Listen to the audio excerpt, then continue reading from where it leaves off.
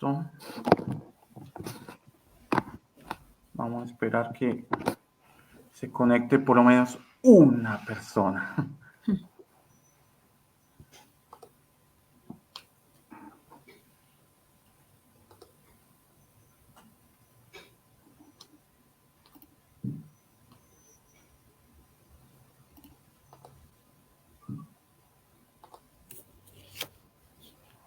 A ver si por lo menos alguien quiere sumarse a la transmisión. Esto está en Facebook, ¿no? Sí, acá está. Sí, está en Facebook. Sí, Ok. está en Facebook, en el Facebook de la Lo vamos a compartir ahora. de Leuquemia Literaria. Ahí ya hay una persona que nos está poniendo el dedito para arriba. Bueno, ya 4 personas, ya entonces, bueno, vamos saludando a las personas que se conectan a esta nueva transmisión, este capítulo 2 de las transmisiones que Leuquemia Literaria está haciendo con los escritores y escritoras que van a salir en el número 5. Entonces, saludar a las personas de donde se conecten, desde cualquier parte del mundo. Bueno, Eva está en Chile, Daniel está en Bogotá. Entonces, bueno, todas las personas desde cualquier parte del mundo que se conecten, buenos días, buenas tardes, buenas noches, también dependiendo la hora en la que vean después la retransmisión. También lo vamos a poner después en el canal de la página de YouTube de Leuquemia Literaria para las personas que no tienen Facebook, ¿no? No todos tienen Facebook y no todos tienen por qué tenerlo. El día de hoy, bueno, vamos a hacer un cambio. La semana pasada estuvimos hablando un poco de poesía y bueno, en relación con el tema de la tecnología y de los medios masivos de comunicación. Y el día de hoy nos vamos a pasar un poquito al género de la narrativa, al género del cuento. Entonces vamos a ver cómo nos va con esa temática. Y bueno, inicio dando la palabra a Eva, que nos saluda desde Chile, para que nos cuente un poco de su recorrido en el oficio de escribir y bueno, nos cuente un poco de sus proyectos en torno a la literatura. Hola. Yo en realidad me dedico a escribir ciencia ficción en específico. Ese es como mi nicho. Saqué mi primera novela, que es Civil, el 2020, que es una distopía en un universo futurista donde es legal el comercio humano. De hecho, le fue súper bien. Tiene una medalla ILVA a mejor novela de ciencia ficción, una medalla de plata. Y el año pasado saqué mi segundo libro, que es El asesino del Trauco, que es un policial escrito también futurista en el sur de Chile, aprovechando toda esta mitología que tiene Chile sobre el Trauco y como los mitos de allá. Además, como que estoy en harta antología, estaría en Dead World, que es una antología de fantasía oscura que se publicó en Perú. Tengo microcuentos como Claroscura, que este está en versión digital, gratuito para todo el mundo que quiera buscarlo por la página de CH Ediciones. Y estoy en 8 Voces, que es una antología de cuentos de ciencia ficción con temáticas LGBTIQ, que es más que nada lo que yo me dedico también a mezclar un poco el tema de las disidencias, el tema del feminismo, junto con estos futuros fantásticos, futuros posibles, quizás viables, que nos permite la ciencia ficción. Como que en eso voy, eso es lo que estoy haciendo constantemente. Ahora a futuro se vienen más antologías, viene este cuento que lleva harto tiempo esperando. Mi cuento en leuquemia se llama Cyborg, y habla un poco de el cyborg, para la gente como que no está tan introducida. Un androide es un robot que parece hombre. Un cyborg es un hombre que fue adaptado con máquinas. Entonces empieza a contar de un cyborg no desde el gusto de perfeccionarse a sí mismo, sino un cyborg que tiene la necesidad, porque nació con alguna patología que le impedía caminar, tenía malformaciones. Entonces un cyborg que fue como teniendo la necesidad de convertirse en cyborg, que para que supuestamente mejorara su vida, pero tampoco estaba mejorando tanto, como este apoyo tecnológico no le suplía como sus carencias emocionales por ser tan distinto y por estas necesidades que tiene. Pues que es como muy también de mi nicho, así como muy de las necesidades como de disidencia, en este caso de la discapacidad, mezclado con la tecnología, que es como a eso es como lo que yo más me dedico. Bueno, para los que no estamos tan familiarizados con el asunto, me gustaría que nos cuentes un poco más de lo del trauco, que de Ah, pronto ya. no estamos familiarizados Porque eso es una cosa muy, muy chilena. Ya. En el sur de Chile hay una isla que en realidad no es una isla, es un archipiélago, es un conjunto de islas llamada Chiloé.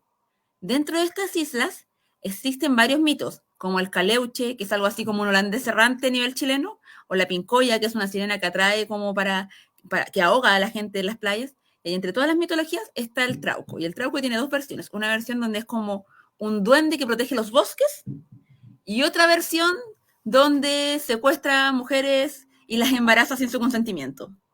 Que de hecho esa fue la versión que se instauró más cuando llegaron los españoles a colonizar Chile, por todo este asunto como de mujeres embarazadas sin padres que reconozcan bebés y cosas así. Entonces como que se decía que habían sido abusadas por el trauco. Entonces este policial que saco yo encuentra un cuerpo que tiene ciertas características muy similares a las del Trauco, entonces empieza a jugar un poco con si es tan real esta figura mitológica o si es una invención que se creó para poder ocultar violaciones masivas que se hacían como en la época. Como de eso va. Pero sí, es que Chile tiene el Chiloé, que es como la tierra media chilena. De ahí como que es un nicho muy, muy rico de fantástica. Hay mucho duende, hay muchos brujos, hay criaturas extrañas, así como el cuero, el tetué, que se supone que anuncia la muerte. Entonces tenemos muchas cosas ahí y hay la gente que se dedica a la fantástica en Chile aprovecha mucho Chiloé. Y yo que me dedico en realidad más que nada a la ciencia ficción, igual como dije, ya este es un mito que tiene como muchas aristas a investigar. Bueno, muchas gracias por contarnos sobre todo esta parte. Bueno, en Colombia también tenemos muchos cuentos alrededor parecidos, pero bueno, no creo que no habíamos escuchado, o por lo menos yo no había escuchado acerca del trauco chileno.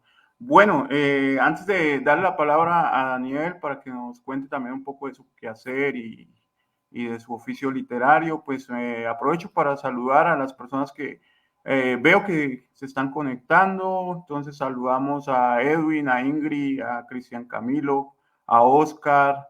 Oscar escribe, un amigo también en Bogotá que se dedica también a la literatura. Y bueno, a los que van llegando, si quieren nos saludan por ahí para poderlos ver y que nos cuenten desde dónde se conectan también, para que vamos haciendo esto de una manera bien interactiva.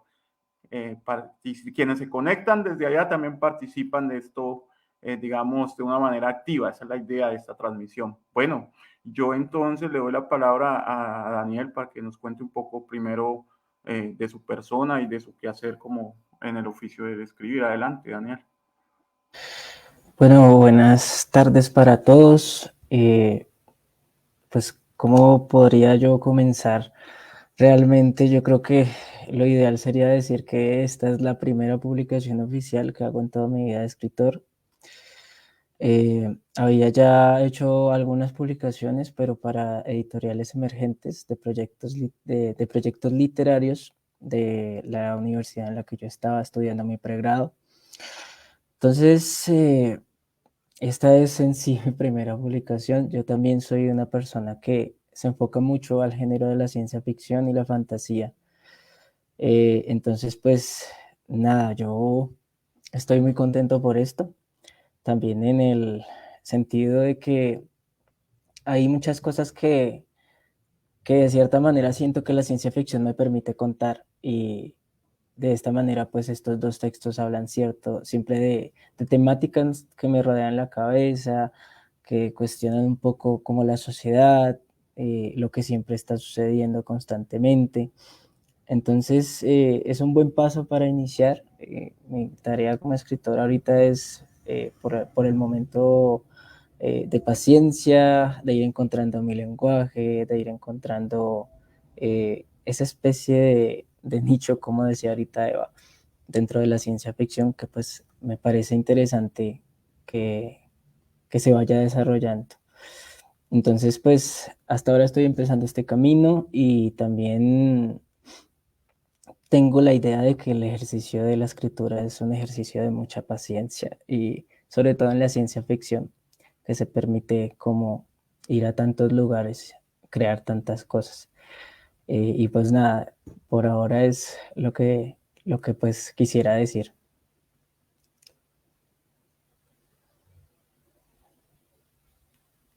Activa el micrófono. Ok, sí, la tecnología. De la Universidad Central, ¿cierto? Sí, señor. Sí, sí. Y Eva, bueno, más adelante ya vamos a hablar un poco de eso. Y Eva estudia algo como con farmacia, Yo, ¿cierto? yo estudié química y farmacia, estoy como en proceso de titulación en la Universidad de Chile. Chile, Universidad de Ujú. Chile, fácil de recordar. Exacto. Y bueno, y eso también lo vinculas en tus escritos, pero bueno, eso lo vamos a hablar ahorita para que la gente se dé cuenta de cómo ustedes utilizan todos los recursos en sus textos. Bueno, entonces, bueno, yo les cuento a las personas que se van conectando entonces que los textos que van a ser publicados de Eva y de Daniel en el número 5 de Leuquemia Literaria son Cyborg, es el texto de Eva, o Cyborg, como quieran, pues, si no quieren hablar inglés. Y en este caso, Daniel participa tiene la fortuna de participar con dos textos que son el alucinaje desde Macondo y la mecanicidad de las emociones.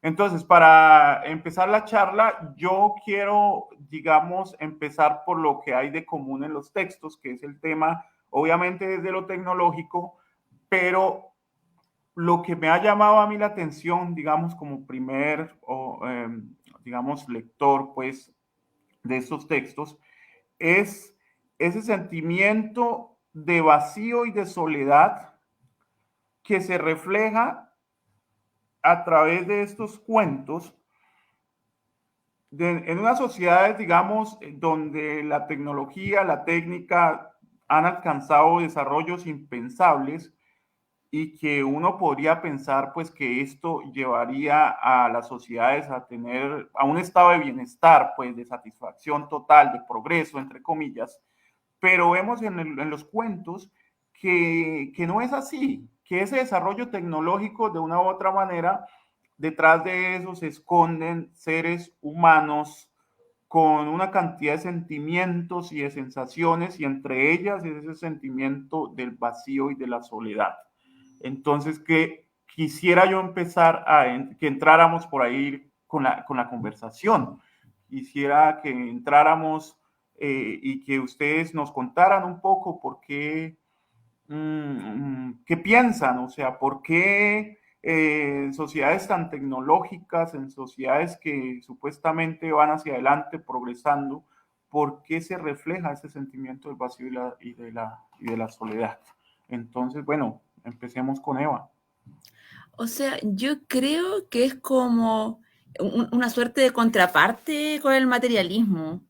Como que a uno lo van convenciendo como día a día que si llega a ciertos estándares, así como si tiene el televisor más grande, si tiene el auto más moderno, va a estar mejor.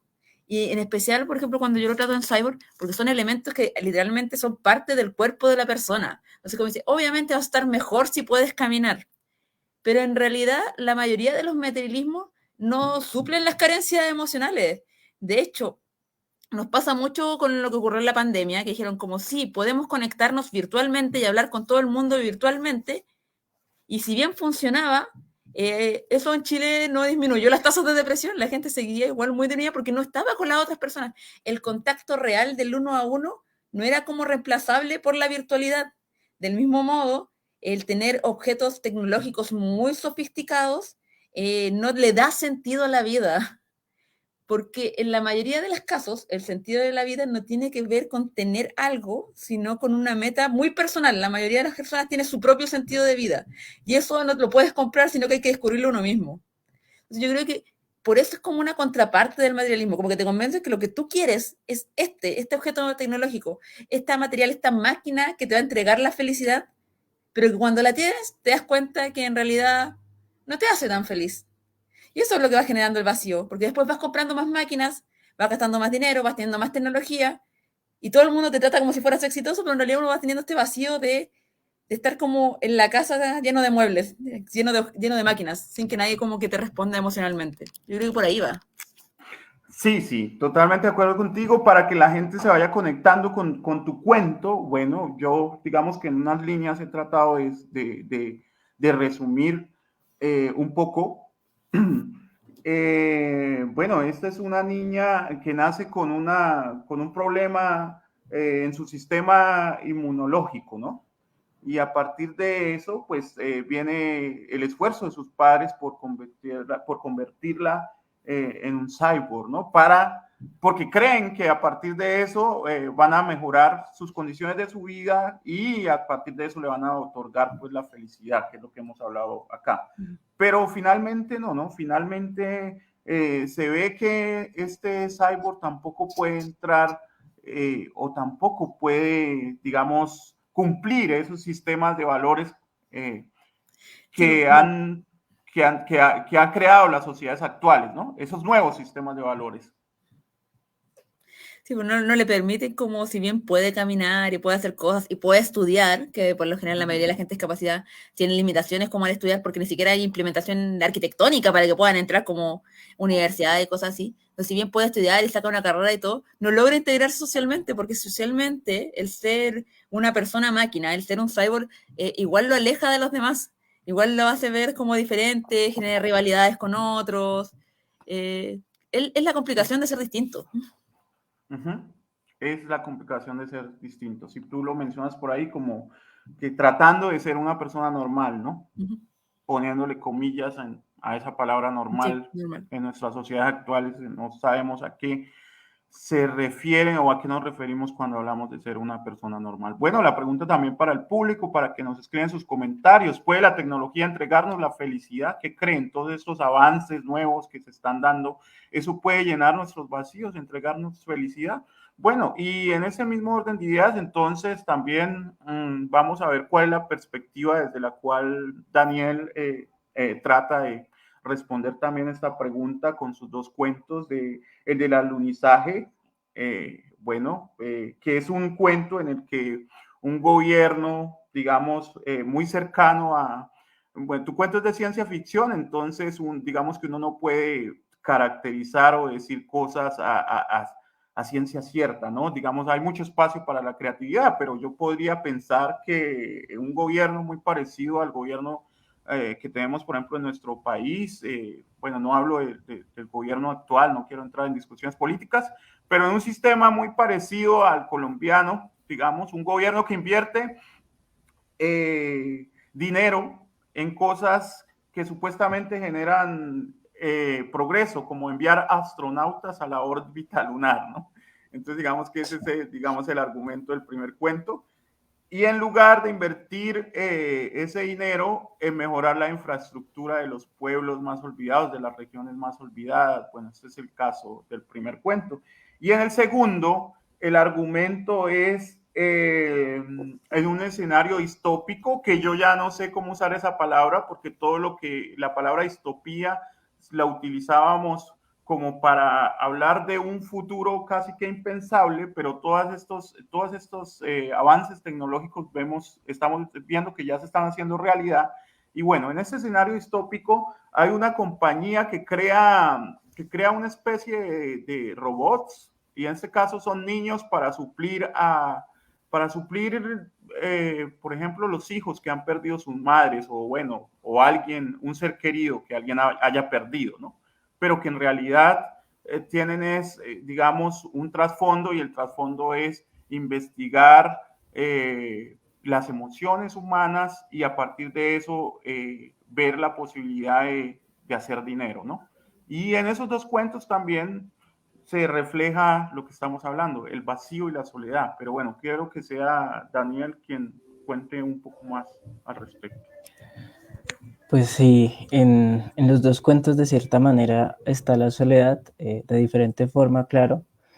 En el alunizaje yo quise realmente poner esa soledad ya en el personaje principal, que es un anciano llamado Gilberto, que quiere ver al alunizaje, pero el lugar donde está no le permite. Es un lugar como una vereda muy alejada, donde no llega a veces la conexión es a internet y tampoco tienen como por así decirlo, aparatos tecnológicos para ver este alunizaje. Les toca a todos reunirse alrededor de una antena gigante que pusieron en alguna parte para poder verlo. Y aún así, pues no todos tienen como esos dispositivos para verlo. Les toca a todos amontonarse y de cierta manera poder verlo. Allí yo siento que la soledad está fundamentada en eso del olvido, del abandono estatal, el cual ocurre no solamente, pues como tú lo decías, en un gobierno parecido al nuestro, sino en los gobiernos en general, siempre va a haber como una especie de aislamiento, de segregación hacia una sociedad, sobre todo las menos pudientes.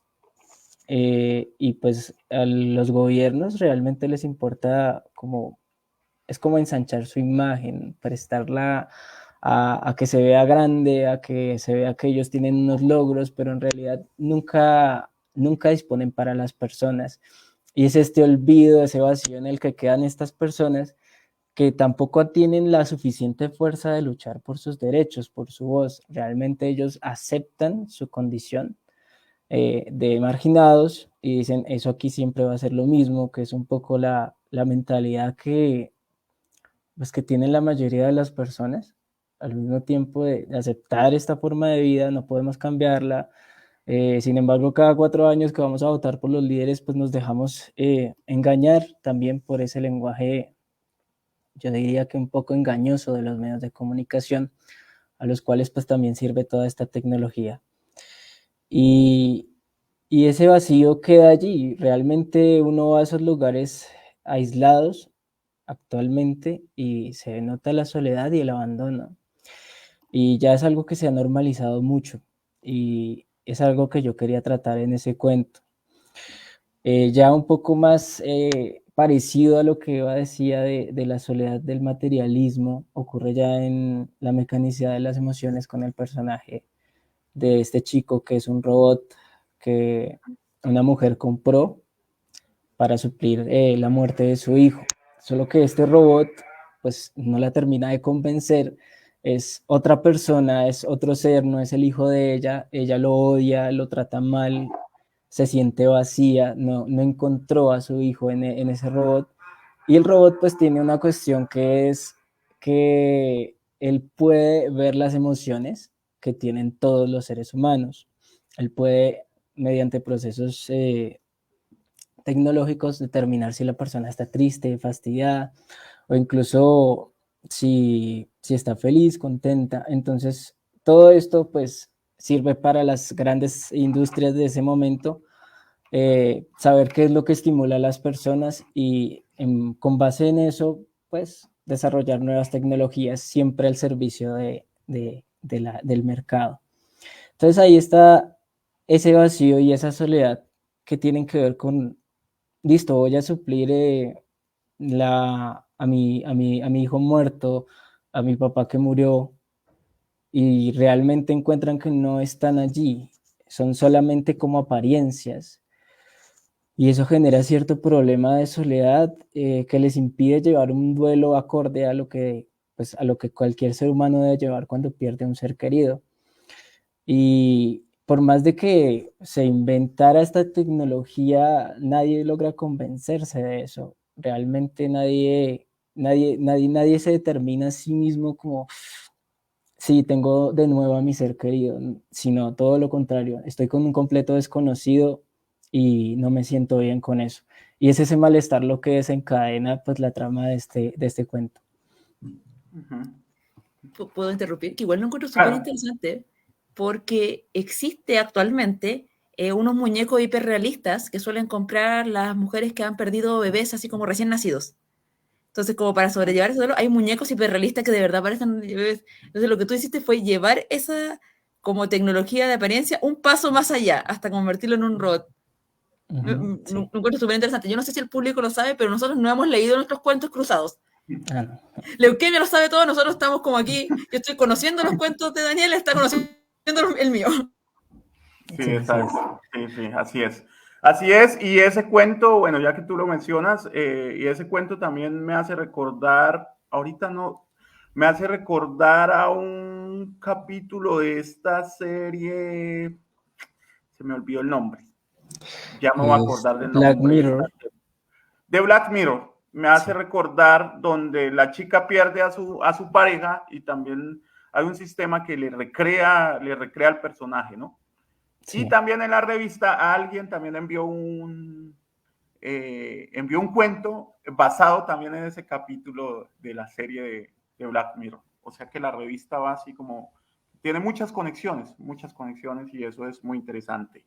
Y lo que dice Eva me hace pensar en lo que yo estaba diciendo ahora de la distopía, porque la distopía uno lo veía como algo, o sea, el escenario distópico, no, pues uno pensaría, no, eso pasará por allá en el año 3000, en el año 5000, pues, hacia eso nos lleva la distopía, pero vemos que cada vez está pasando ya, ¿no? El presente está cada vez más distópico. Sí, es. Bueno, pero otro tema que quiero también articular ahí es el tema de la igualdad, de si la tecnología genera igualdad o desigualdad. ¿Por qué lo pregunto? Porque en el cuento de Eva, pues bueno, los padres de esta chica gastaron los ahorros de su vida, ¿no? Entonces la pregunta es, claro, hay desarrollos tecnológicos y la pregunta es, ¿quién tiene acceso a estos desarrollos tecnológicos? En el cuento de Daniel, claro, el gobierno se gastó un jurgo de plata para pagar esta tecnología que llevaría a estos astronautas hasta la luna y se gastó un jurgo de plata, pero ese dinero era dinero que se podía haber invertido en regiones abandonadas que no tienen los recursos suficientes para suplir sus necesidades básicas. Entonces ahí entramos en el cuento de, bueno, todos estos progresos se logran a través del dinero. Entonces, esto, ¿cómo se comporta en términos de igualdad y desigualdad? ¿Cómo se comportan esos avances? O sea, no es la tecnología en sí misma. Yo creo que hay un estándar como que te genera la igualdad, que dices como ya, la gente que pueden ir a este nivel son todos como del mismo tipo.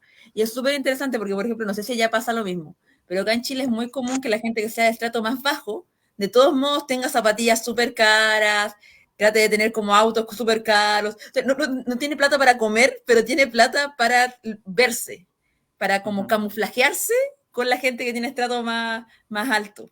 Entonces, como que se busca una homogeneidad, pero que en realidad yo creo que es imposible lograr una homogeneidad por medio de la tecnología. La distribución de recursos es muy distante, por lo menos por acá. Bueno, Chile tiene súper ricos, que ya es un absurdo. Está el estrato bajo, medio, alto, y nosotros tenemos un absurdo que son los súper ricos, que son como 10 familias que literalmente como que tienen helicópteros en su vida. De hecho, nos pasó en pandemia, que se pasaron los cordones sanitarios yendo a la playa en helicóptero. Entonces, como que ya es como de otra realidad. Hay niveles de diferenciaciones sociales por medio de la plata que ya están como a otro nivel. Y igual hay una suerte que tiene que ver como con el estatus. Como que una cosa es lo que te da la plata que te puede dar educación, te puede dar salud, te puede dar tranquilidad. Pero a nosotros también en Chile nos pasa que además la plata viene como con beneficios extra, como el haberte conocido con personas que te van a conectar en mejores trabajos, probablemente saltarte un par de leyes que se ha visto muchas veces. Entonces, no es solo la plata, sino es todo lo que lleva ese estatus de vida. Y es el estatus de vida al que aspira mucha gente y que lamentablemente es muy difícil que cambie. De hecho, creo que está demostrado que los estratos socioeconómicos no se modifican más del 0,5%, una cosa así. O sea, que de 100 personas, de 200 personas lo va a lograr una. Gracias. Y en el caso de Daniel, ¿cómo lo ves? ¿Cómo ves este asunto entre la igualdad, la desigualdad social a partir de los avances y de los desarrollos tecnológicos? Pues claramente aquí también pasa lo mismo que dice Eva. Aquí también hay gente que, pues, no sé, es más que rica. Aquí hay gente con muchísimo poder, con muchísimo acceso a todo y también se saltan las leyes. Es como, pues hemos tenido muchos ejemplos. Pero pues igual de todas maneras, si lo planteamos a lo que yo escribí del alunizaje, pues yo creo que ahí está como un poco mi visión. La tecnología por lo general suele tener un primer acceso a las personas más pudientes, más privilegiadas. Luego pues llegan como las horas a las personas que no tienen tantas, como tanto acceso al dinero. Aquí realmente pues se ve que hay gente que también tiene su iPhone, así no tenga grandes ingresos. Y también es una cuestión de apariencia, si vamos a lo social, es una cuestión de mucha apariencia. Y al final, de todas maneras, lo que importa es qué tecnología realmente necesitamos nosotros, que nos beneficia, porque a nosotros nos ofrecen una tecnología y nos dicen, si no tienes tanto dinero, puedes adquirirlo a cuotas y la gente pues se deja convencer y dice, ok, listo, lo puedo tener, pero pues aparte de eso adquiero una deuda. Pero ya en cuanto a la salud, si quieres buena salud con buena tecnología, realmente no te van a decir, lo puedes diferir a cuotas, no. Tienes que tener el dinero allí y esa es una tecnología que necesitamos. Ahora también la tecnología que ayuda al ambiente y eso es algo muy caro y ahorita estamos viendo que también extraer esos materiales para hacer las tecnologías es demasiado caro y también contamina, entonces no estamos haciendo nada. Entonces, yo pienso que todo como que tiene que ver un poco más con qué es la tecnología que podemos mercantilizar más y qué tecnología pues no tanto y solamente esa tecnología tendrán acceso a los que sí puedan, que va un poco a lo que decía de la medicina. Entonces, yo siento que siempre va a haber esa brecha mientras exista un sistema que le importe más como la mercantilización de las cosas que los seres humanos. Entonces, nunca va a haber como una especie de equilibrio en el que todos podamos acceder a esas tecnologías que realmente necesitamos porque de todas maneras, como lo estábamos mencionando ahorita, el mundo se basa en vender hacia la soledad, o sea, estamos solos, entonces te vendo juguetes, muñecos, juguetes sexuales, te vendo pornografía, te vendo esto, porque está en base a la soledad todo esto. Pero igual no necesitamos, en cambio, porque no me venden algo que sí necesitemos, algo que realmente nos ayude a acabar con las crisis climáticas, alimentarias. Entonces, es una cuestión realmente que puedo no divagar mucho por todas partes, pero yo siento que mientras exista un sistema así, no creo que haya una igualdad para Ujú, acceso a las ujú. tecnologías. Bueno, sí, ese objetivo un poco macabro de esta compañía que fabricaba estos robots para investigar en realidad las emociones humanas y ver cómo vender cosas que en realidad no necesitamos, es algo que vuelvo a lo mismo. No es distópico, claro, pero es que ya pasa, es el presente, ¿no? O sea, creo que en nuestro computador nos conoce más que nosotros mismos. O sea, Sí, cuando estamos en el ordenador y nos llegan las promociones de lo que el ordenador dice que nosotros necesitamos, ¿no? el celular funciona en base a algoritmos de preferencias de compra. Exacto, exacto. Y de Igual una hay llega. gente que se asusta mucho de eso, así como que sienten que nos están espiando, pero en No, realidad yo le hablo, yo necesito algo en mi celular y le digo, búscame esto, consíguelo, mándame las promociones para esto. claro, Porque el también te viene que algoritmo siempre tanto uno está ahí. se resiste a esta nueva integración tecnológica, porque estamos en un momento de que la tecnología ya es parte de nuestras vidas. Y es como, Uh no, -huh. es medio difícil hacerle el kit, es medio difícil que uno no tenga celular. Pero también hay que ver qué tanta es la resistencia que tiene uno, así como ponerse paranoico, decir como, ya no voy a tocar ninguna máquina porque me van a espiar, o decir como, ya fue, seguiré mi vida con esto, total, la información es mucha, de ahí que alguien se ponga a vigilar específicamente mi vida. Somos que, en Chile somos como 17 millones de personas, en el mundo, quién sabe cuántos. Bueno, voy a aprovechar para saludar a María Claudia Munevar y leer un poco el comentario que nos escribe.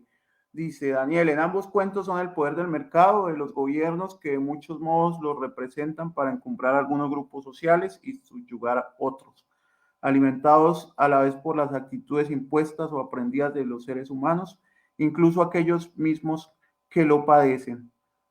¿Hay dentro de los cuentos alguno de los personajes o un grupo de ellos una mirada distinta que permita separarse de esos entramados y desarrollar una actitud distinta para ellos y nuevas generaciones que, y ahí se quedan puntos suspensivos, pero lo que entiendo es como si en tus cuentos hay personajes pues que hagan resistencia a todos estos, como a todos estos entes de poder, pues. Pues creo que no. No puse esos personajes porque de cierta manera lo que decía Eva, eso ya es una sociedad que ya aceptó completamente esto. Quizá sí deban estar esos personajes allí, pero pues no son personajes que pues en el momento tuvieran lugar en esos cuentos. Así pues se deben pensar porque realmente siempre tiene que haber esa contraparte. Los cuentos también tienen sus limitaciones. El Sí. formato te pide que tengas una cantidad limitada de personajes. Aunque son necesarios, yo digo que son necesarios estos personajes. Pero que sea un formato más largo, te acomodaría. Una novela.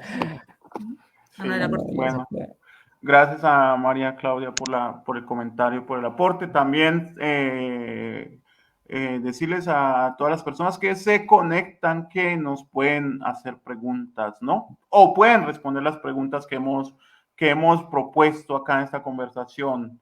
Hasta ahora nos han salido dos, que es, ¿puede la tecnología entregarnos la felicidad? Y puede la tecnología generar equidad social. Por ahí vamos en la discusión. Entonces, salúdenos, cuéntenos desde qué parte de Colombia, del mundo se conectan, salúdenos que queremos saber que están ahí, no simplemente que estamos imaginando esto, ¿no? Queremos saber que es verdad y no que estamos imaginando esta conversación. Entonces aprovechen y salúdennos. Bueno, yo quisiera entrar a otro componente antes de que pronto ustedes nos regalen alguna lectura de algo que quieran leernos, algunos fragmentos, puede ser de los cuentos, puede ser de otro, de lo que ustedes quieran. Antes de entrar a esa parte, yo quiero entonces ahora tocar el componente de lo ético, porque claro, el tema de los desarrollos tecnológicos también debe ser pensado desde el tema de lo ético, ¿no? Y el tema de lo ético nos diría, bueno, ¿qué es, o sea, qué tanto? ¿Hay alguna frontera, digamos, para los desarrollos tecnológicos? Y si hay alguna, ¿cuáles serían esas fronteras? ¿Quién regularía eso o cómo regulamos eso? O sea, en términos formales, lo que yo me manejo en ética tiene que ver con la ética que se aplica a las ciencias, que funciona con el Tratado de Helsinki, que funciona con dos principios. El principio de no maleficencia, es decir, que ningún experimento va a generar daño gratuito, y de máxima beneficencia, que por lo general, por ejemplo, cuando uno está estudiando gente que está como muy terminal, es muy probable que le hagas más daño del que tiene. Entonces suelen ser como muy fácil de aprobar éticamente esos estudios, pero hay una parte donde los estudios con estas limitaciones éticas se vuelven como muy técnicos, así en el sentido de, ya, ¿cuántos ratones puedo matar antes de que ya sea poco ético? ¿Cuál es como el número perfecto entre más confiable, porque mientras más sujetos de experimentación hay, es más confiable, pero ¿cuánto es el número que es más ético para no tener menos muerte? Entonces, hay un punto en la ciencia donde la ética se pone, ya no tiene que ver con la emocionalidad, con lo que está bien, sino que tiene que ver con una cosa práctica. Y yo siento que si la tecnología va a seguir las mismas lógicas que sigue la ciencia actualmente, va a terminar siendo más práctico que moral. Va a ser como el fin justifica los medios en algún momento. Así como sí, como la revolución industrial destruyó mucho del medio ambiente, pero qué bárbaro que se movían los trenes con el carbón nuevecito. Entonces yo creo que va a terminar pasándonos eso. Como que en este momento tenemos como muchas aprensiones morales, pero tarde o temprano vamos a llegar a eso, como al fin justifica los medios. Ok. Pues yo creo que ya estamos en el fin justifica los medios, llevamos mucho tiempo ahí. Entonces, yo creería que, no sé, cuesta bastante llegar a un límite en el que se diga que, bueno, es necesario matar tantos ratones para lograr obtener la cura para algo y no importa porque igual es para nuestro bienestar o, entre comillas, para nuestro bienestar. La cuestión es cuando ya se tiene que ver con humanos, que fue un poco lo que pasó en la pandemia cuando se tuvo que investigar y experimentar básicamente con los primeros contagiados y muchos de ellos tuvieron problemas.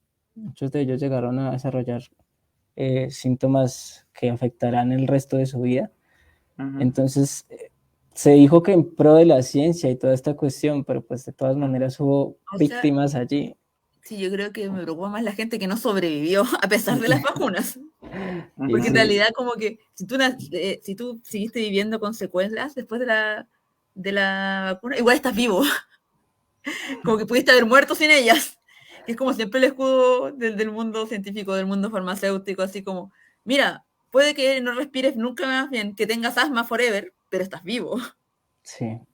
Sí, ya que... Es muy la lógica de la reanimación. Cuando te en reanime, es muy probable que le rompas una costilla a alguien. Cuando estás como volviéndolo como a que respire, cuando alguien tiene un ataque, es muy probable que le rompas una costilla. Pero como que siempre dicen, pero da lo mismo, lo estás salvando la vida. Una costilla es como daño colateral. Sí, ya que mencionas, Daniel, el ejemplo de la pandemia, bueno, quiero mencionar puntualmente que, por ejemplo, hubo una gran discusión porque muchas de las primeras vacunas se querían probar precisamente en los países más pobres, ¿no? Entonces, en África, por ejemplo. Entonces, vamos a probar con los africanos las primeras vacunas, a ver si esto... Y lo presentaban, ¿no? Como, lo presentaban de una manera bien, ¿no? Como ellos van a ser los héroes que van a, digamos, a permitirnos probar si esto es un avance para la humanidad, ¿no? Entonces, bueno, esa fue una de las discusiones que también se daba con el tema de las vacunas, ya que mencionaste lo de la pandemia. Eso es puro racismo, porque Por ejemplo, la mayoría de las veces la gente racializada, la gente de etnia negra tiene características físicas y genéticas distintas que la gente que es caucásica. Entonces, a lo mejor funciona súper bien en la gente de África, lo traen a América y se mueren la mitad igual. claro, claro. Eso fue uno de los temas densos que hubo durante la pandemia y otra de las cosas que la gente creo que debe saber, creo que podemos decirlo con tranquilidad porque la gente debe saberlo, y es que Europa en su industria farmacéutica, eso no es un secreto, bueno, compañías como Bayer y etcétera, todo lo que mandan para África o para Sudamérica, obviamente es la medicina que no funciona, o sea, mandan las pastillas y todo lo deteriorado, por decirlo así. Eso es lo que llega allá. Y los pesticidas, por ejemplo, y bueno, si quieren pueden ver el documental sobre los pesticidas, que los europeos saben que contaminan el agua y que pueden causar enfermedades en las personas, todo eso lo venden a Latinoamérica. Entonces, bueno, ahí por eso he planteado lo del componente de lo ético, ¿no? Hasta dónde está permitido, quién pone una frontera o cómo vamos a continuar existiendo como humanidad, ¿no? Igual hay una suerte de necesidad. Por ejemplo, Europa nos vende pesticidas porque Europa casi no tiene tanto campo, como que están los Alpes, está Irlanda, pero Europa, España, Portugal, Italia, es puro cemento. Y nosotros, Brasil, Chile, Argentina, tenemos mucho campo, tenemos mucha ganadería. Entonces sabemos que puede ser sumamente tóxico, pero Claro. tampoco tenemos como muchas opciones al respecto. Así como podría pagar, qué sé yo, un tratamiento de cultivo que quién sabe cuánto me sale, o podría comprar un pesticida que es lo que está a mi alcance. Pero quizás me muera como en 30 años más. Y de hecho, a nosotros nos pasa mucho esto en la zona de sacrificio. Nosotros tenemos una zona de sacrificio en Quinteros, que hemos tenido como niños envenenados por el aire, y hay una discusión con la gente de la localidad porque no quieren que cierren la fábrica, porque es como la única fuente de trabajo de toda la localidad. Es como, pero se están muriendo, pero nos van a dejar sin trabajo. Y es como, ¿Cómo funciona esto? ¿Cómo uno elige lo que le va a hacer bien versus a lo que te da como el pan todos los días? Pues sí, Sí, bastante difícil. Igual de todas maneras, habría que repensar demasiado para que eso cambiara. Y pues el ejemplo, ya que pones el ejemplo de la empresa, pues lo mismo se planteó hace unos años cuando estaban dejando las corridas de toros a un lado. Y un profesor a mí me decía, pero es que las culturas, o sea, los pueblos viven de eso, los pueblos viven de esa, y yo pues hay que reinventar eso, hay que reinventarnos la vida otra vez y tendríamos que hacer eso, reinventarnos con una propuesta más humanista, que fuera en pro de todos realmente, y Generar no nuevas formas de tanto. poder. Igual de todas maneras, siempre que uno habla de esto cae en la utopía, porque dicen que no, eso no se puede, que y de dónde va a salir el dinero, que y de dónde va a Los salir esto. recursos. Y también esto, pues un ejemplo así, algo que yo me puse a pensar durante la pandemia fue que mientras más de la mitad de la población comenzaba a aguantar hambre y problemas económicos, una persona mandó un cohete a la estación espacial con una millonada que debe costar eso. Tanta millonada que ganó las farmacéuticas y realmente si hubieras dicho, si estuviéramos en un sistema justo, pues ellos habrían dicho, bueno, las ganancias vamos a ayudarla a mejorar esto, a ayudar a combatir el hambre, las crisis económicas, ¿no? Ellos, todo para ellos. Entonces Sí, hay pero que yo creo pensar esas que cosas tiene humanas. un problema de base, ¿no? Sí, Porque el problema de base es que nosotros dejamos que la salud se quedara en manos de privados y la gente privada siempre va a sus bienes propios, a sus intereses personales. Los estados de cada país deberían tener sus propios hospitales, así deberían tener sus propias farmacéuticas, deberían tener ellos sus propios diseños. Ese es el conflicto, porque cuando le das a una claro, persona la oportunidad de tener las cosas para ellos mismos, evidentemente van a gastar y van a invertir y van a sacar provecho para ellos mismos. para ellos. Sí. claro, y que la industria farmacéutica no quiere sanar, ¿no? Ese no es el objetivo. Lo que quiere es hacer personas dependientes de la industria farmacéutica. Si te doy la cura, no vas a volver a necesitarme. Entonces, mi negocio no va a ser rentable, ¿no? O sea, Entonces, no sé, yo es, que estudio farmacia, nosotros siempre le contamos a la gente, porque la gente dice, por ejemplo, no, es que las farmacéuticas no quieren legalizar la marihuana porque les quieren. Es como, bueno, las farmacéuticas les encantaría legalizar la marihuana, te la venderían como al 15.000 veces lo que vale, y porque está estandarizada y está como con seguros estudios de calidad y todo. Obviamente les encantaría legalizar todas esas cosas. De hecho, las farmacéuticas como que no ganan plata con los paracetamol, la gente gana plata con las enfermedades de alto costo, con el cáncer. Un tratamiento de cáncer de una persona vale millones. Así como el tratamiento como del mes sale como 2 millones dependiendo del tipo de cáncer. Como, lo que tomas tú como para tu dolor de cabeza, para tu resfrío, es como de verdad lo barato, como lo que sustenta casi el Estado.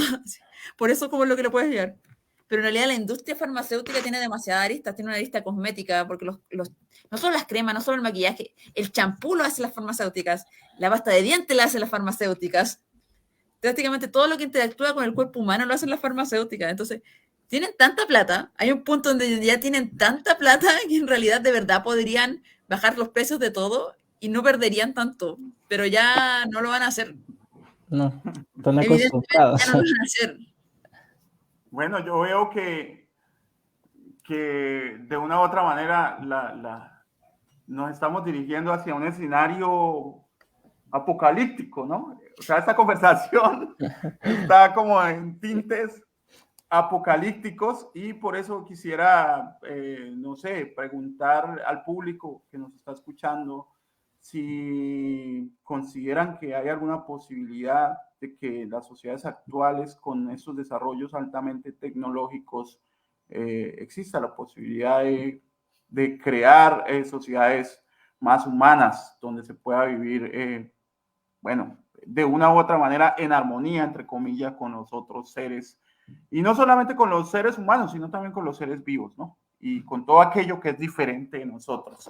Mientras las personas piensan y nos comentan algo al respecto o nos saludan, por ahí nos saludó Angie Reyes Melo desde Bogotá.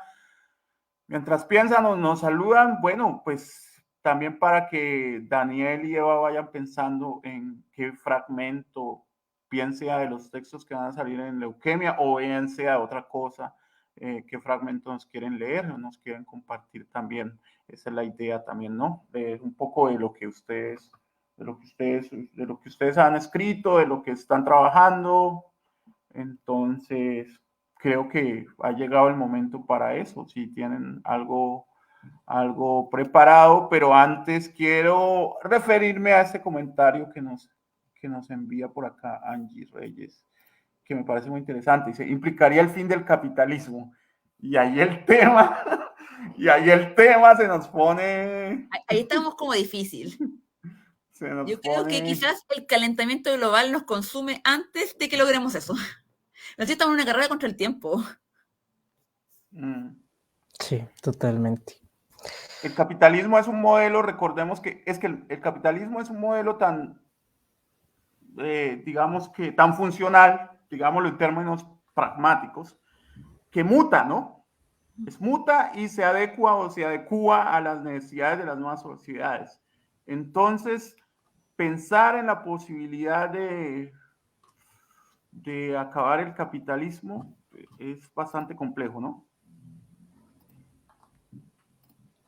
Pues, me parece, por lo menos a mí. Sí, yo creo que habría que hacer como una reestructuración de nuestra forma de vida primero y nuestra forma de pensar, claro.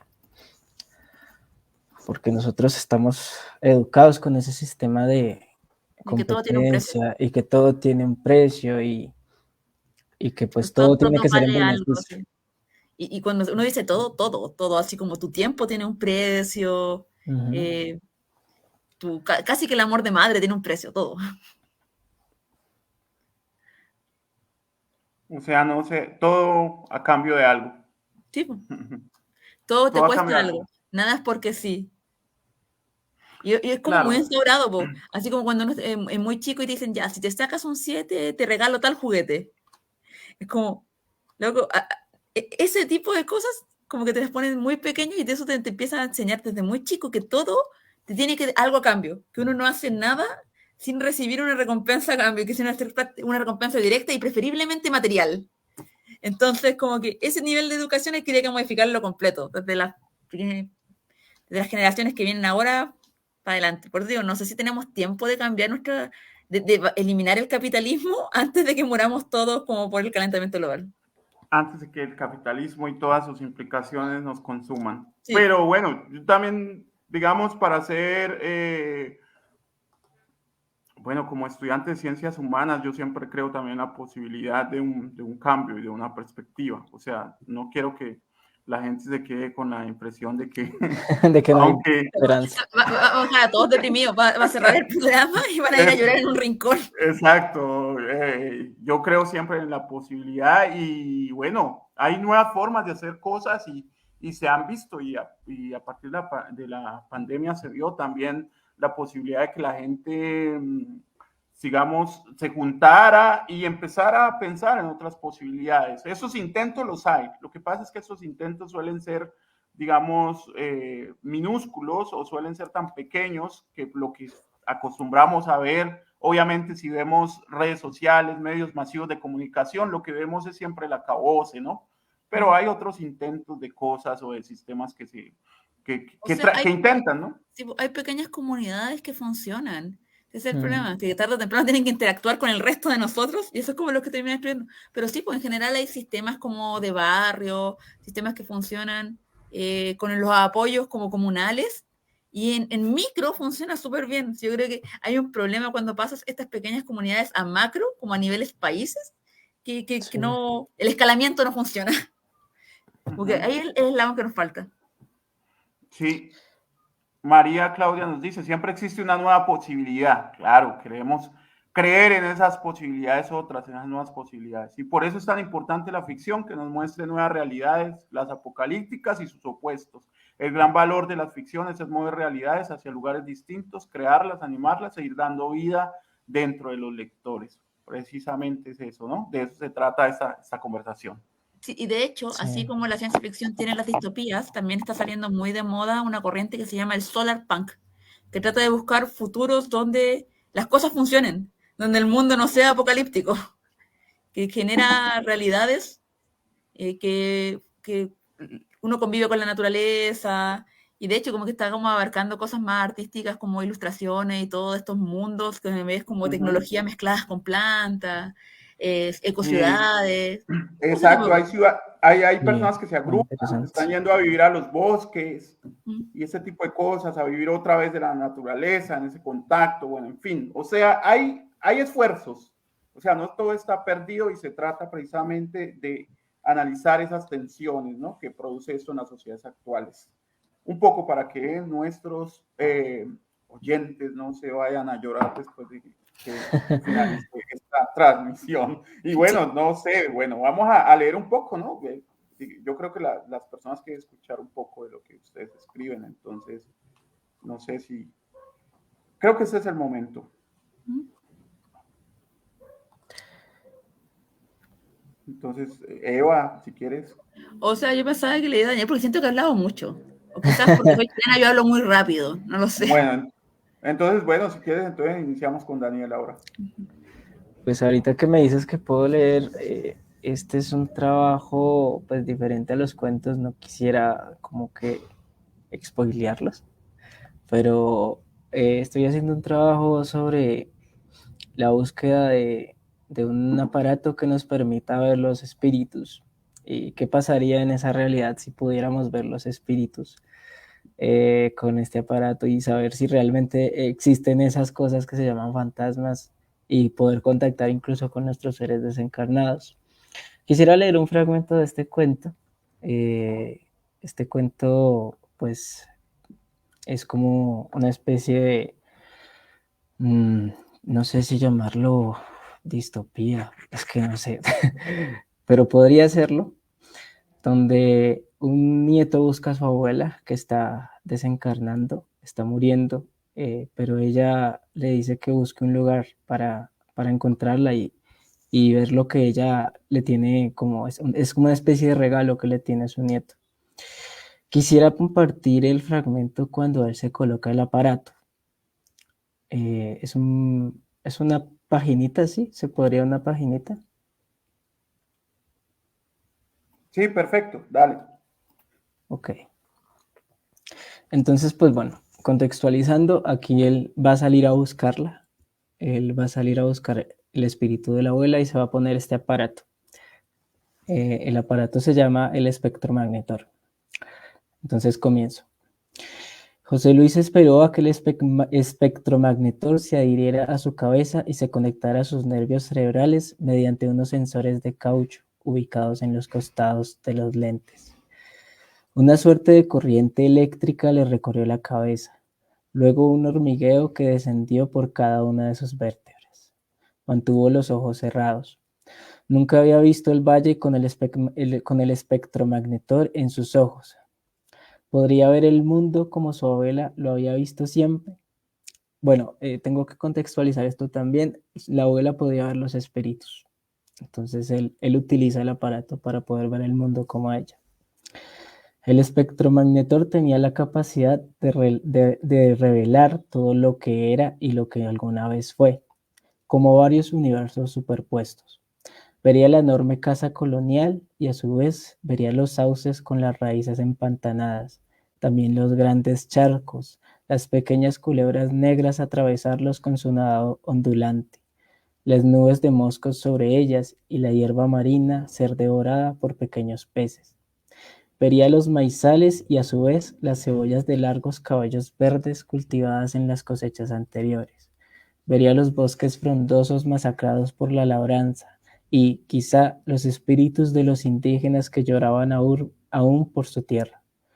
El pino plantado en la mitad de los el pino plantado en la mitad de la siembra sería siempre el pino. Modificación al 100%, alertó el aparato con una voz eléctrica. José Luis sintió su piel erizarse. El aire le acariciaba con la dulzura de una mano suave y cálida. Los rayos del sol naciente los sintió como el calor acogedor del mediodía. Los silbidos de los pájaros, Los discretos susurros de los grillos y las charras se convirtieron todos en una orquesta de melodía majestuosa. Abrió sus ojos. Un mosaico de colores danzaba entre los maizales. El amarillo resaltaba como el dorado. El sol era una naranja gigante que ondulaba a la vista y el pasto era un gran manto verde que danzaba con vida propia. Sintió un cosquilleo en todo el cuerpo. Notó las delicadas líneas que definían las nubes y luego el azul claro de la mañana. La nitidez de la vida nunca había sido tan conmovedora.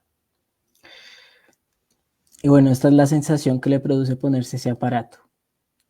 Quería como compartirla, que es como una búsqueda que estoy haciendo sobre esa hipersensibilidad que podríamos obtener con una tecnología que nos pudiera ver o hacer sentir como otros espacios, eh, otros universos quizá, porque si estamos hablando de eso, podrían llegar a ser otros universos superpuestos en esta misma realidad. Ok. Otros universos que esperemos no sea el metauniverso. El cuento de los otros universos. Pero sí, Sí. sí, entiendo perfectamente hacia dónde intentas dirigirnos con esta lectura. Ok, Bueno, gracias. bueno, antes de dar paso a la lectura de Eva, entonces yo sigo saludando y agradeciendo a la gente que se conecta por acá. Saludar a Juliet Gómez Bastidas y bueno, nueva mamá, felicitarla por este nuevo camino, ¿no? También nos escucha por allá Violeta Villalba, escritora y traductora también. Está Angie, David Vargas, Arnold, Edwin, Ingrid, Cristian Camilo y alguien más que no alcanzo a ver quién es, pero bueno, espero que un saludo para todos y para todas y gracias por estar ahí atentos y por la paciencia sobre todo y por escucharnos, ¿no? Entonces, bueno, vamos a dar paso entonces a la lectura que nos quiere compartir Eva.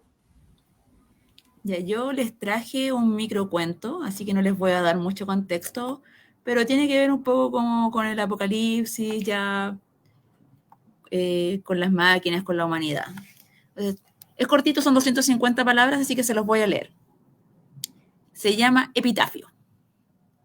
No sé cuándo terminó la última batalla contra los cyborgs. La mayoría de mis compañeros perecieron y los pocos que sobrevivieron, con los que podríamos llamar victoria, pues derrotaron a los últimos enemigos, se marcharon creyendo que me habían eliminado. Yo también lo creí. Desperté confundido. Tengo una pierna inmovilizada, posiblemente rota, y varios disparos de láser en el cuerpo. No puedo moverme. Debí haber muerto. Mis heridas se ven fatales, y a lo sumo puedo arrastrarme un poco. No sobreviviré. Una muerte lenta no me parece agradable, así que busco un arma entre los cuerpos que me ayude a solucionarlo. Pero cuando finalmente la encuentro, oigo un ruido que pensé perdido en la historia. Me arrojo junto a los cadáveres y detengo mis movimientos. No puedo creer lo que veo. Frente a mí se encuentra la mayor amenaza. No un híbrido cyborg altamente perfeccionado, sino mucho peor, un modelo original, la verdadera arma de muerte. Creía que todos habían sido destruidos durante la primera era del alzamiento, pero ahí estaba, frente a mí, buscando piezas o un arma que integrara sus funciones. Me ha visto. No parece convencido de mi calidad inerte. No se fía y apunta a su láser. Es un modelo viejo, de esos que tardan en cargar, así que tomo esos segundos y arremeto contra él. Es un adiós a este mundo para ambos. Pero si queda registro de esto en algún lado, espero que pongan en mi epitafio que partí llevándome al último humano. Ok, muchas gracias. Muchas gracias por esa lectura tan viva. Bueno, entonces, les cuento, queridos oyentes.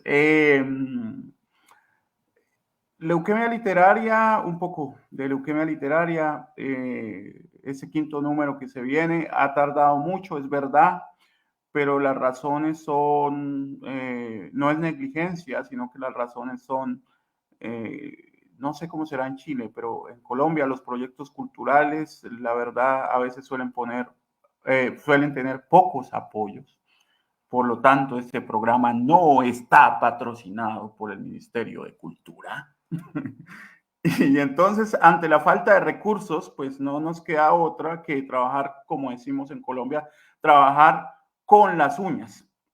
Entonces así hemos estado trabajando con las uñas y revisando y releyendo y tratando de que en la medida de lo posible los cuentos queden bien y que salgan como los autores quieren que queden y que queden sin errores. Bueno, eso es un proceso para las personas que de pronto nunca han tenido la oportunidad de trabajar en la edición, para que se den cuenta que eso no es un proceso, digamos, tan fácil, ¿no? Es un proceso que requiere sobre todo tiempo y requiere mucha disciplina. Es mirar, echar un ojo aquí, volver a revisar. Y bueno, esa ha sido una de las razones por las cuales, digamos, se ha tardado tanto, pero finalmente, como fiel a la tradición de Leuquemia Literaria, la tradición es demorarnos mucho. En una sociedad donde todo va tan rápido, nosotros nos demoramos mucho, pero al final cumplimos. Entonces, al final vamos cumpliendo. Hoy precisamente tuve la oportunidad de pasar gran parte del día revisando lo que ya es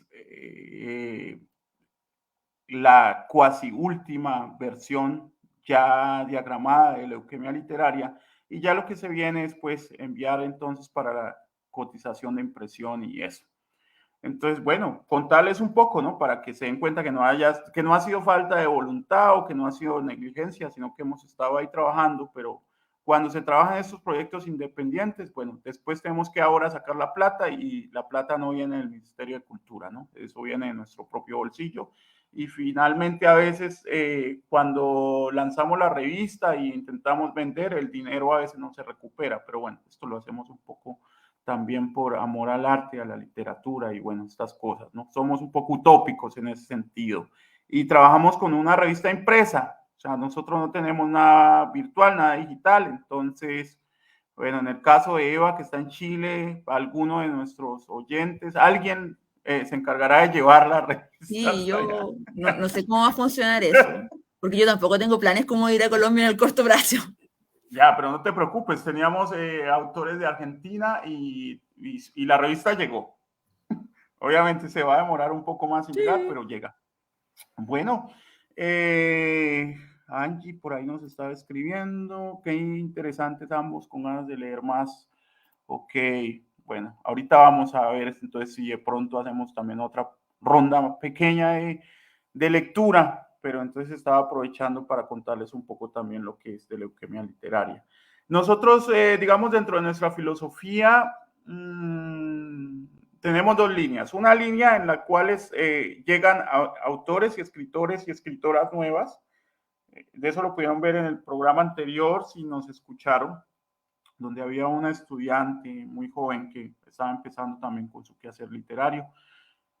Y otra línea en donde también ya autores que llevan una mediana trayectoria y una trayectoria muy avanzada también participan con nosotros. Entonces, ese es lo que ha sido, digamos, el quehacer de Leuquemia Literaria. No sabemos hasta cuándo vamos a mantenernos, porque realmente desde la parte financiera es muy difícil sostener un proyecto como esto. Pero bueno, generalmente las revistas literarias duran entre 2 a 3 números. Nosotros vamos para el quinto. Entonces, bueno, eso ya es una hazaña, y es una hazaña porque, bueno, ya hemos llegado a muchos países, así sea mano a mano, pero hemos llegado a muchos países, hemos llegado a Argentina, próximamente vamos a estar en manos de Eva en Chile, también en Brasil, hay números de leuquemia, en México, en Australia, en Alemania y en Croacia, bueno, lugares imposables de mano a mano. Entonces esto lo que me hace pensar es en las redes, ¿no? Las redes humanas, las redes de los amigos y bueno, este tipo de cosas de la gente que nos sigue apoyando. Y aprovecho acá para leer el comentario de María Claudia Moneda Barmolano, que nos dice: muchas gracias, Eva y Daniel, qué gusto escuchar de su voz sus escritos. Gracias a la gente por sus comentarios. Eso es muy valioso para las personas que nos dedicamos a esto, ¿no? No necesariamente tienen que ser comentarios que nos digan, ah, qué bien lo hacen, no, a veces así sea una crítica, pero es muy importante para nosotros esos comentarios.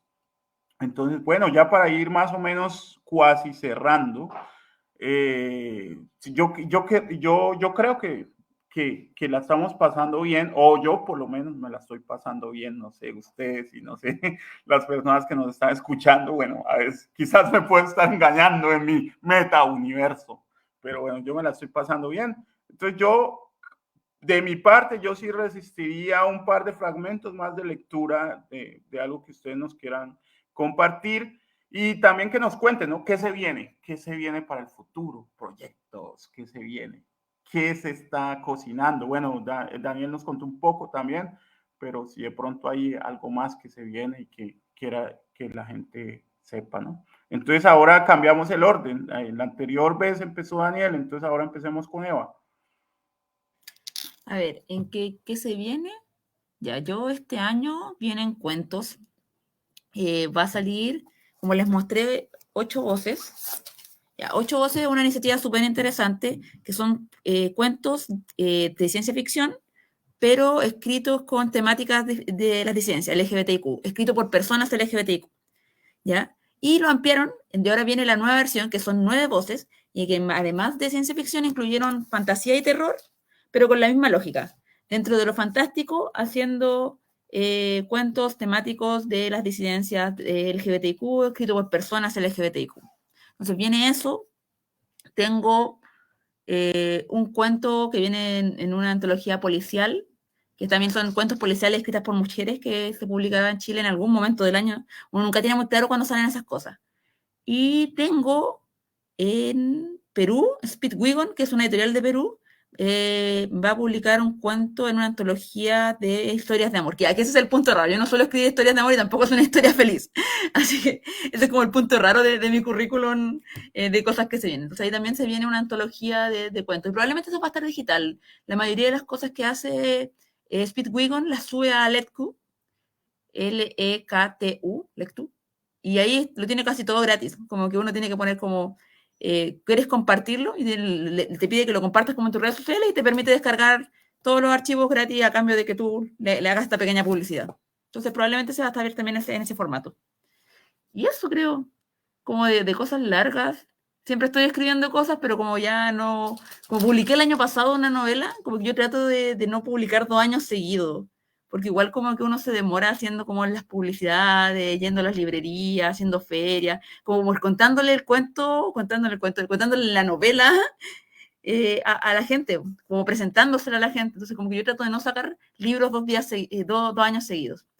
Así que este año que viene yo creo que va a ser puros cuentos, cuentos de revista de aquí por allá, cuentos de antologías, y quizás, no sé, qué vendrá el próximo año, el 2024. Quizás ahí me tiro con una publicación más, pero no sé, todavía no sé. El 2024 sí todavía estamos. Es mucho tiempo, yo no planifico tan lejos. A lo que nos ha llevado esta conversación. Bueno, mientras Daniel nos cuenta, saludo por acá a Tatiana Ramos Betancourt, que nos saluda o que nos escucha desde Bogotá. Supongo yo, no sé la verdad, pero supongo que desde Bogotá. Y también a Manji, que hace parte también de el grupo de Leuquemia Literaria, y aprovechar pues para saludar a Leuquemia Literaria en Colombia, ¿no? En Bogotá, ahora estamos dispersos por Colombia, en Bogotá, en Medellín, en Santa Marta, bueno, en fin, pero afortunadamente la tecnología nos permite seguir trabajando en estos proyectos. Entonces, bueno, no sé, Daniel, cuéntanos qué se viene. Bueno, no tantas cosas como Eva. Bastante movida esa vida literaria, súper chévere ya llegar a ese punto.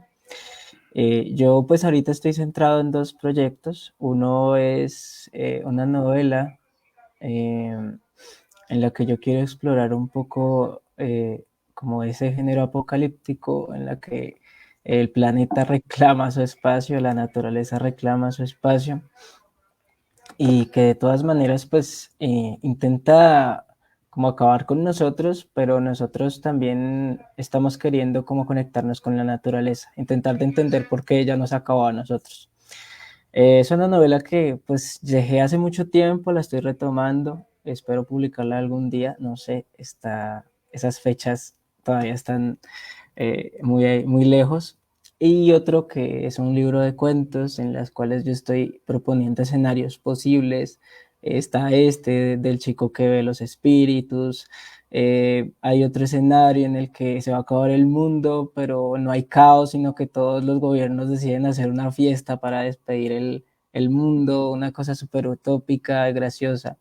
Y también una cosa ucrónica, que están los muiscas, llegan seres de otro mundo, llegan contaminados con algo, y estos seres de otro mundo quieren, quieren como comunicarse con ellos, dejar su vestigio antes de que esa enfermedad que traen los desaparezca, y pues se dan cuenta que los muiscas no entienden su lenguaje, ellos se comunican mentalmente, y todo lo que hay en las piedras de los símbolos es la historia de esos seres que desaparecieron. Por ahora hoy esos tres, serán muchos más seguramente, pero pues esos son mis proyectos a largo plazo todavía. Tengo que explorar muchas cosas más para decir, listo, ya sé cuándo voy a publicarlos. Y eso es Bueno, lo que se viene. bueno, muchas gracias. Entonces, a ver, yo qué les quiero contar. Si lo ven acá, oh, ahí. Esta es la Leuquemia Literaria 1, 2018. Y no sabíamos que llegaba la pandemia, pero teníamos la idea del arte como una cura. Entonces, por eso la chica ahí como intentando inyectar esa cura, ¿no? Eso fue en el 2018. Coincidencia que después en el 2019 creo que fue que empezó la pandemia, ¿no? 2019-2020. Esa es la número 1. Leuquemia Literaria número 2. Ahí la alcanzan a ver. La misma chica como protagonista siempre. Nuestra protagonista es una chica que tiene superpoderes y sus superpoderes son a partir del arte. Ahí está como en el escenario también tratando de transmitir esperanza para que no se sientan pues que esto es un escenario totalmente caótico y apocalíptico, pero Leuquemia también siempre está tratando de transmitir esperanza. Ese es el número 2. En el número 3 fue como una evolución y en el número 3 nos devolvimos al nacimiento de Leuquemia. Entonces ahí fue cuando Leuquemia nació. Ahí está como en esa cápsula un poco también futurista.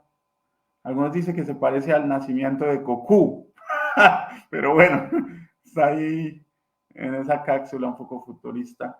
Y en el número 4, ya un poco esa perspectiva de conexión con la naturaleza, con lo espiritual, pero bueno, ahí sigue Leuquemia. Y en el número 5 se viene un cambio total.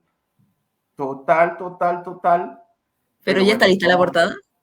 ya está lista, pero no la tengo acá. Pero ya está lista, pero el cambio es abismal. O sea, hay un cambio de concepto y bueno, vamos a ver cómo nos va con eso en el número 5. Bueno, estaba yo por acá escribiéndole a las personas que nos están escuchando si tienen alguna pregunta para los autores, y mientras las personas piensan en qué quieren preguntar, a mí me gustaría que cerremos con dos cosas. Uno,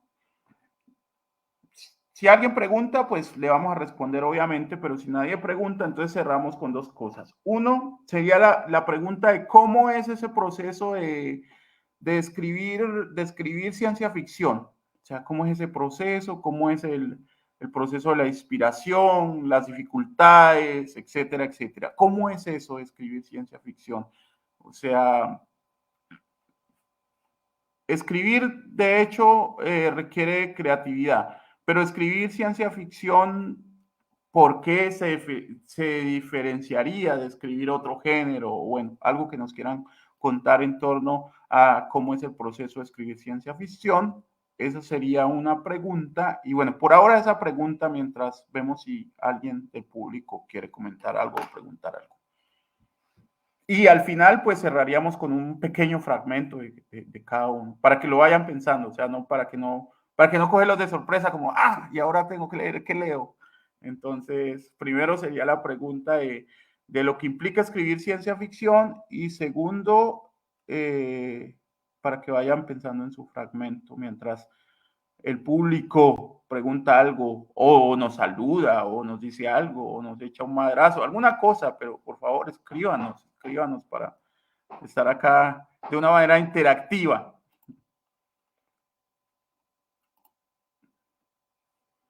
Entonces, ¿quién quiere empezar con esto o con esa pregunta del proceso de la escritura de Pues los si textos de quieres, ciencia? yo empiezo. Dale. Pues el proceso es un largo proceso realmente para poder imaginar un mundo diferente o un escenario posible. Siempre toma su tiempo porque tiene que tener cierta lógica, ese mundo tiene que tener cierta, no sé, ciertas reglas y a veces pues uno tiene que tener cuidado de no caer como en esa, como en ese engaño de que eso sea un sueño, como en ese engaño de la inverosimilitud. Entonces uno tiene que plantearse bien las reglas, tiene que plantearse buenos personajes. Si estamos en un mundo diferente, pues es lógico que tengan que tener una mentalidad distinta, una forma de ser pues un poco diferente a la que tendría una persona en este mundo. Entonces, pues ese es el primer planteamiento. Luego el segundo planteamiento y en el que más dura uno ahí rascándose la cabeza es el lenguaje. ¿Cómo voy a, cómo voy a narrar esto? ¿Qué lenguaje voy a usar para desarrollar ya sea, supongamos que el olvido en ese mundo, la tristeza, los problemas sociales? ¿Qué lenguaje voy a utilizar que me vaya a transmitir lo que yo realmente quiero? Y eso es un proceso que puede tardar muchísimos meses de elaboración. Y luego, pues, de cierta manera también ya llega la parte más literaria, que es esas correcciones de lingüística, de sintaxis, de orden, ya de orden más editorial, por así decirlo. Y pues es una cuestión súper extensa en la que uno tiene que como que llevar su mente a su máximo potencial para poder inventar ese tipo de mundos en los que uno diga como aquí tiene la diferencia entre fantasía, que la fantasía no intenta darle explicación a nada, la fantasía se explica por sí misma, uno ya sabe, identifica elementos fantásticos, que si hay seres mitológicos que salieron de la nada, pues podría estar relacionado con la fantasía. En cambio, si ese minotauro es eléctrico y tiene la marca de una empresa, pues ya uno sabe y lo relaciona con la ciencia ficción. La ciencia ficción no siempre, pero necesita un fundamento científico, si sea un fundamento que uno se inventó, no necesariamente uno de la vida real. Pero la ciencia ficción siempre como que intenta buscar esa conexión con la realidad, a pesar de que es una realidad hiperbolizada, para mostrar los problemas sociales que existen en este momento, pero ya en un ámbito literario y pues suele ser es el efecto de la ciencia ficción, que uno se da cuenta de la crueldad, a pesar de que la vea todo el tiempo. Entonces sí, es una reflexión bastante larga. Ese es por lo menos mi proceso de escritura en la ciencia ficción.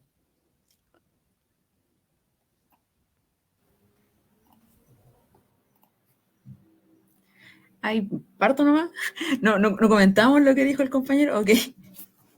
Dale, Ya, a mí como me quieras. pasa que creo que lo he dicho en varias entrevistas, que para mí la ciencia ficción, que es el motivo por el cual yo elijo este género dentro de todos los demás, es que es la filosofía del pueblo, en el sentido de que la gente común y silvestre no lee filosofía. La filosofía es para gente que en verdad tiene tiempo en su vida para estar reflexionando y pensar cosas densas. En cambio, la ciencia ficción toma temas muy filosóficos, así como, qué sé yo, las relaciones interpersonales que uno ve en el contrato social de Mary Jane, pero te las presenta de forma que sean como comprensibles y que estén como más separadas, de forma exagerada y relacionadas con tu realidad. Porque una de las gracias de la ciencia ficción es que apela directamente a tu mente. Así como el terror apela directamente a las emociones, el realismo apela directamente a un reconocimiento, la fantasía apela a una cosa más metafórica. Pero en realidad la ciencia ficción es el que apela más directamente a la mente y conectado con tu realidad actual. Entonces, me gusta siempre que yo elaboro cosas de ciencia ficción partir desde las temáticas que yo quiero tratar. Yo, por ejemplo, trabajo mucho con las disidencias, trabajo con las soledades, trabajo con las separaciones, con los duelos de repente, en los sentidos como de pelea y en el sentido del duelo de la pérdida. Entonces yo pienso, ¿qué tema quiero tratar y cómo quiero tratarlo? ¿Cuál es el mundo más adecuado? ¿Necesito un mundo completamente distinto? ¿Necesito un mundo futurista de nosotros mismos? ¿Necesito una ucronía? Una ucronía es un qué hubiera pasado si, porque quizás me conviene más una civilización que tuvo alguna conexión, qué sé yo, en el siglo XVII, algo que nunca pasó, pero va a ser la mejor forma de yo plantear este tema para que el lector lo reconozca, le entretenga, le motive a leer y le genera una reflexión. Entonces yo parto mucho de eso, de qué es el tema que quiero tratar, qué es lo que le quiero mostrar al lector. De hecho, como que luego hemos conversado harto con mi editora, que yo soy una persona que escribe mucho de hacer preguntas. Soy muy mala para darle respuesta a la gente, soy muy buena para generarles preguntas. O sea, por lo general como que mi literatura no le da tranquilidad a las personas. De hecho, tú que leíste el cuento te da esa sensación de ya, pero ¿cómo va a terminar esto? Yo soy muy de hacer eso, muy de generarle a las personas preguntas para que reflexionen qué podría pasar. Entonces, una vez que ya tengo el tema, busco el mejor mundo, busco el mejor personaje. A mí me encanta trabajar con disidencias, pero hay muchas veces que uno necesita mandar un mensaje con un hombre cis heterosexual porque es el personaje que es más adecuado para las circunstancias. Pienso mucho en eso, pienso mucho en los personajes, en los que los acompañan, los antagónicos cuando es necesario. Aparte, yo no soy tan como amiga de esos antagónicos completamente opuestos. Me gustan más esos antagónicos que son menos complementarios con los protagonistas. Entonces ya genero el mundo, genero los personajes, tengo los hechos y después como que me vuelvo a escribir. Como que yo soy muy mapa, yo ordeno mucho todo lo que voy a hacer, planteo mucho los espacios, elijo el narrador, en especial con los cuentos. En novela no, en novela siempre funciono en tercera persona, es lo más cómodo, pero en cuentos como que trabajo harto con el testigo me gusta harto como narrador. El protagonista tengo algunos cuentos, pero no es como mi regalón. Justo el cuento de ahora que se va a publicar en Leuquemias con protagonista. Pero ¿cómo hago eso? Como elijo todos los factores y después cuando ya tengo todo ordenado en mi cabeza, me largo a escribir. Y ya después que lo vea el beta, que lo vea la editora, que sea lo que Dios quiera, ya es del público, ya es de los lectores. Y al final las obras que escribe uno, cuando uno las suelta, ya dejan de ser de uno, porque el mismo lector empieza como a elucubrar partes, a fantasear en base a lo que uno le entrega y ya la obra deja de ser de uno. Eso.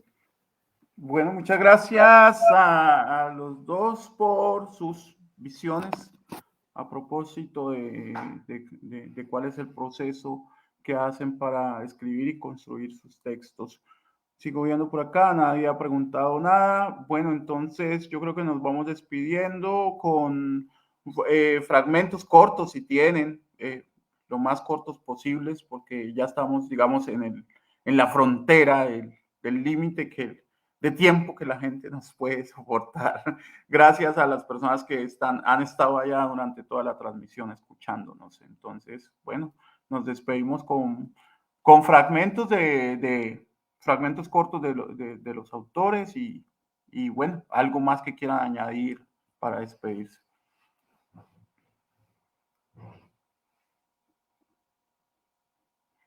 Entonces invertimos ahora, entonces vamos con Daniel y cierra Eva.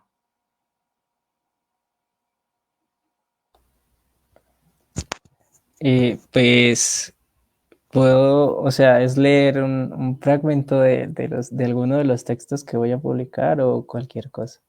Sí, puede ser de los que vas a publicar o puede ser algo de lo que tú quieras, de otro o de lo que vas a publicar en Leuquemia también está bien. Pues bueno, voy a compartir un pequeño fragmento de la mecanicidad de las emociones para despedir. Este es cuando el robot va a entrar a su cuarto y descubre una mala pasada de su mamá adoptiva. Entonces, Juan se marchó a su habitación y dejó trabajar a su madre en paz. De nuevo encontró la caja gris de cartón de la que había sido desempacado, puesta de manera vertical en la entrada, con un mensaje escrito en una hoja de algas teñida ligeramente de verde, pegada en el fondo. El papel dictaba en letra cursiva: hora de que te marches. Juan la despegó sin mucho afán y buscó por todos lados las hojas del contrato de Freidor Artificial, la compañía que lo había entregado a su madre, pero no las encontró. Sin ese contrato no podía abandonar la casa. Tampoco deseaba hacerlo, mucho menos en ese instante en el que por fin había hablado con la chica perfección. Los algoritmos le habían arrojado que ella solo reparaba en él la atención para que la ayudara a resolver cierta duda de amor. Sin embargo, que lo usara no le importaba a Juan. Para eso le habían puesto a leer a Asimov y sus 3 leyes de la robótica. Debía serle útil a los pobres humanos incomprendidos, aunque no se le hacía justo que a los robots les hicieran cumplir las leyes y a los humanos no. Juan había funcionado por 6 meses y había constatado que aquellas leyes solo eran dichos, patrañas y habladurías de los humanos para disfrazarse como raza ejemplar. No había nadie que los obligara a cumplirlas y le acreditaban aquel trabajo a un ser que no tenía tiempo de ser juez en medio de su omnipresencia. Y bueno, ese es el fragmento. Bueno, muchas gracias, Daniel. También, si te quieres despedir de la gente, no sé, mandar un saludo, en fin. Sí, muchas gracias a todos los que nos acompañaron, a mis conocidos que me vieron ahí, gracias por apoyarme. Espero pues que se hayan divertido en esa conversación y que pues sigamos teniendo la esperanza de que podemos mejorar y en el ámbito literario de apoyarnos todos, porque somos nosotros contra ese mundo burocrático. Muchas gracias. Gracias, Daniel. Yo sí, espero también que se haya divertido. O sea, como les digo, yo me la he pasado bien. No sé cómo se la han pasado ustedes y espero que se la hayan pasado bien, pero yo me la he pasado bien con esta amena conversación. Bueno, Eva. Bueno, en realidad actualmente tenía preparado uno, pero soy una persona que siempre acude a las viejas confiables, así que les voy a leer un poco de mi novela, de la primera, que es la como que me sé mejor. Y es una parte que en realidad no involucra tanto la trama. De hecho, es una parte donde un profesor le está explicando al protagonista como qué pasó como con la historia para atrás. Ya, les leo. Dice: los oráculos no existen, había dictado Vladimir, y tras la réplica de su pupilo se remontó a los inicios. Hace mucho tiempo, antes de los colonizadores e incluso antes de los transbordadores, hace ya casi unos 1000 años, la información era gratuita y asequible para todos. Se habría creado una red que comunicaba a todas las personas y que era capaz de almacenar toda la información que las personas quisieran darle. Era un proyecto noble que buscaba conocer y conectar personas a grandes distancias, al mismo tiempo que creaba una base de datos para el uso de cada ser humano, sin restricciones. Lamentablemente, y casi sin ser percibido, todo perdió el rumbo. Y cuando los grandes próceres de la época tomaron conciencia de la situación, el mundo prácticamente se estaba ahogando en sus propias fantasías. Los historiadores describen la caída de la humanidad por esta inmensa red en 3 etapas. En la primera, el hombre común y silvestre se consideró a sí mismo un erudito sin educación formal. Las personas leían de todos los temas y se consideraban expertos en múltiples materias, pero para su pesar, la información vertida en la red no era siempre fidedigna, por lo que el conocimiento obtenido de ella no era del todo confiable. Esta falencia era de conocimiento popular. Sin embargo, se pasaba por alto de la misma forma que si fuera un secreto. El resultado inevitable fue que cada persona intentó poner su opinión por sobre todas como si fuera un hecho irrefutable. La red informática los había dotado de información creada por ellos mismos para insultarse a ellos mismos. Se había perdido el deseo de colaboración. El conocimiento había dejado de ser un medio y se había convertido en un fin. Todo esto llevó rápidamente a la segunda etapa, la llamada devaluación del maestro. En esta etapa se dejó de valorar al profesional, se desconfiaba de las opiniones médicas, de ingeniería, de ciencias sociales, entre otras. bajo la premisa de que todo aquel conocimiento obtenido en academia podía adquirirse en esa red virtual. Esa fase fue larga y devastadora. Resurgieron enfermedades que se creían extintas. Las edificaciones se vinieron abajo, se contaminaron mares y se destruyeron bosques. Miles de especies se perdieron. Floreció el mercado negro de los más insólitos productos y, para sorpresa de la mayoría, mucha información valiosa se perdió en esta inundación de datos, que no podía distinguir criterios de importancia ni veracidad. La inminente caída era evidente y trató de evitarse. Se buscaron entidades reguladoras, cursos de formación más breves que incentivaran a la gente a seguir la vía tradicional de educación, pero todo fue inútil. La última etapa fue inevitable. Hoy disculpen todo el ruido, como que justo se me ponen a ladrar los perros y todo. Perfecto. Cosas que pasan en vivo. Sí, perfecto. Eso, el fondo, bueno, lo que tiene Cosas que pasan en vivo. Y que hace parte de la vida, afortunadamente. Afortunadamente que hace parte de la vida. Bueno, Eva, bueno, Daniel, muchas gracias por aceptar esta invitación, la verdad. Gracias a ti, como que creo que nunca había participado como en vivo con gente de Colombia. Tengo creo que una publicación así como en el Patreon de Vestigio, no sé si conocen a Vestigio Editorial, pero No, así como que nunca había tenido como la oportunidad de conversar en vivo con nadie, como que había tenido como puras interacciones como por correos. Entonces, como muchas gracias por la oportunidad de conversar con ustedes, con la gente, como de ampliarme fuera de mi país. Siempre es como un agrado como ampliar las redes. Bueno, eso está muy interesante y seguramente si vienes, no simplemente por las redes, pero seguramente si vienes a Colombia o en algún momento, pues ya tienes por lo menos 2 amigos más. Entonces, bueno, de eso se trata también, ¿no? De tejer estas redes y, bueno, en fin, de reducirle, digamos, las ganancias al capitalismo. Entonces ya tienes 2 amigos más donde llegar y eso, pues, creo que también de eso se trata un poco. Agradecerle a la gente que nos escucha, como siempre, Leuquemia Literaria. Aprovecho esta oportunidad entonces para leer solamente unas 5 líneas de lo que fue la editorial de nuestra revista número 3 para finalizar y que no se quede todo como en que vamos al abismo. Estas líneas quieren aportar un poco de esperanza.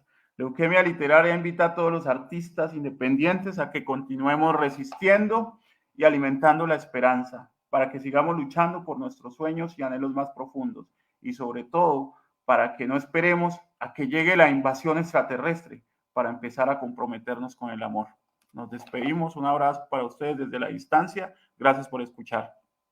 Muchas gracias. Hasta luego. Chao. Chao, chao.